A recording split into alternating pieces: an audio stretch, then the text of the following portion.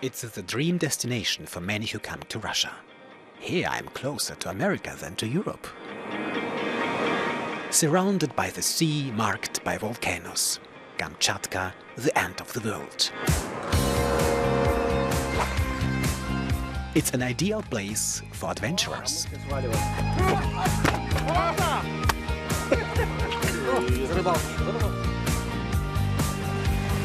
Formerly a restricted military zone, then a decades-long sleeping beauty, Kamchatka is livelier today than ever before.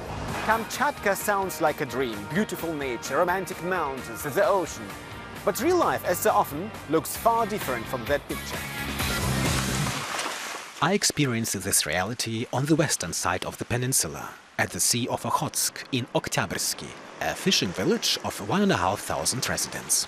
During the Soviet period, up to 6,000 people lived here. They worked in state-run fisheries. Most of them have long since closed. Since then, Oktябрьский has been a playground for anyone who wants to earn money from fishing, especially fishing wild salmon. A quarter of all North Pacific wild salmon comes from Kamchatka. These temporary fishing huts pop up every couple of hundred meters. They have replaced the large factories. This man owns one of them, Andrei. He doesn't want to reveal his surname. I'm now building 3 new rooms for my colleagues over there, with a dining room and a TV. His colleagues are about a dozen Koryaks and Italmens, members of the aboriginal ethnic groups of Kamchatka. Andrei is one of the few who is willing to talk to me. After all, the subject is fish, and fish means money in Kamchatka. Lots of money. And where there is a lot of money, the rules for earning it are interpreted to one's own advantage. Look at those fish over there, take them. What Andrei and his men are doing is actually illegal, fishing with nets.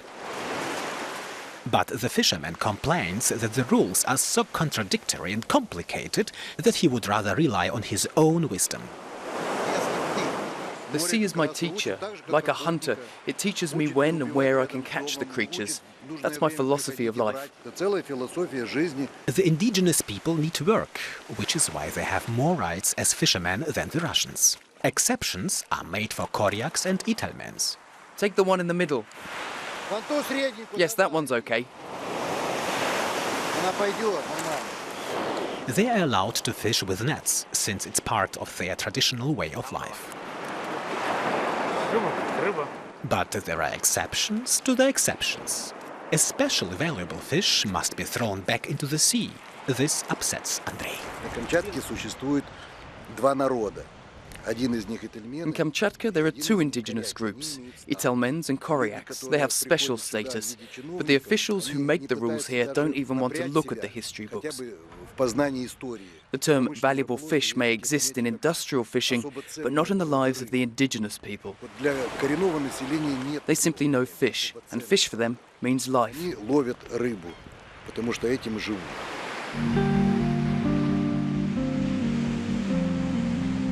The authorities tend to be more generous when more generous sums of money are paid. That's something I witness on my short trip to Bolshaya Reka in the bay of the Sea of Okhotsk. Here I meet tourists who pay a lot of money for a fishing license for wild salmon.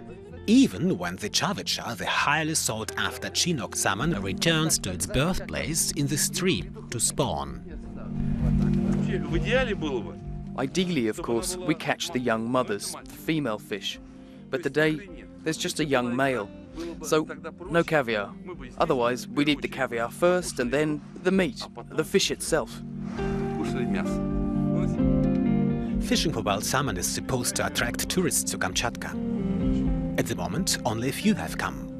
A blessing for the peninsula's nearly untouched nature.